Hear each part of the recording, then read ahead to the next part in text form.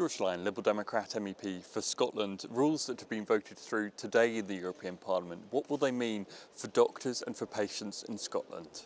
Well, they should give patients in Scotland real reassurance that the doctor who comes in to treat them actually can communicate with them and speak proper English so that they can understand exactly what is being asked of the patient and that he can understand and speak to them about the treatment they're going to receive. We have had examples in the past in Scotland where a German doctor was working in the Scottish health system, couldn't speak good English, and he was struck off because of the fact he misdiagnosed and misprescribed because of the language barrier he faced. Today's legislation will make sure that we in Scotland and the United Kingdom can actually test to make sure that any doctor working in the system can speak English. The second big decision we took today was to set up an alert system that says if a doctor in another European country is struck off for whatever reason or suspended, then that is automatically notified to the other countries so that you can't have a situation where a doctor struck off in one European country can work in another without anyone actually knowing.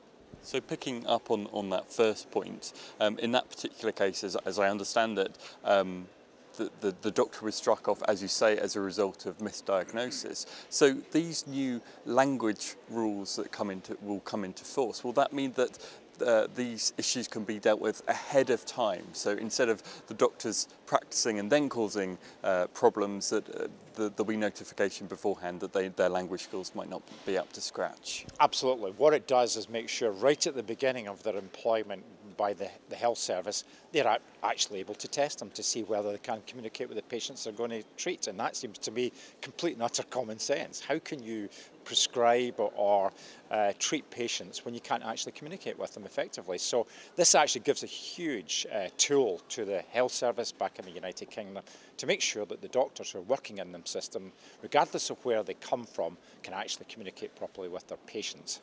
And you mentioned the alert system.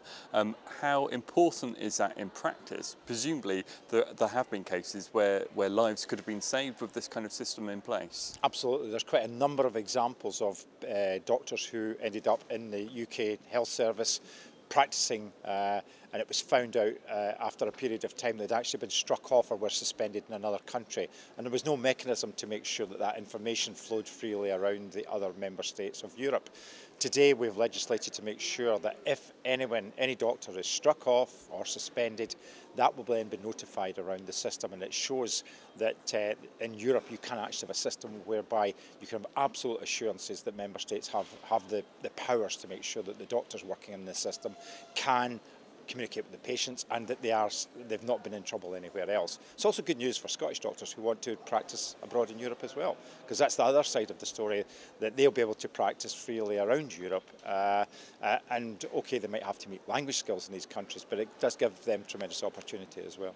I suppose the one problem is that the length of time it's taken to get here. The last time we spoke to you on this was 2011, when the Parliament called for this very system to be set up. So a shame it's taken another 2 years since then.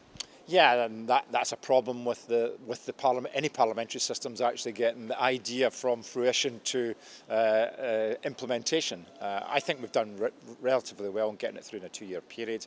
And the most important message I think from today is that no longer will the threat of doctors practicing in the National Health Service or employed by the National Health Service who can't communicate with their patients, that should bring this to an end.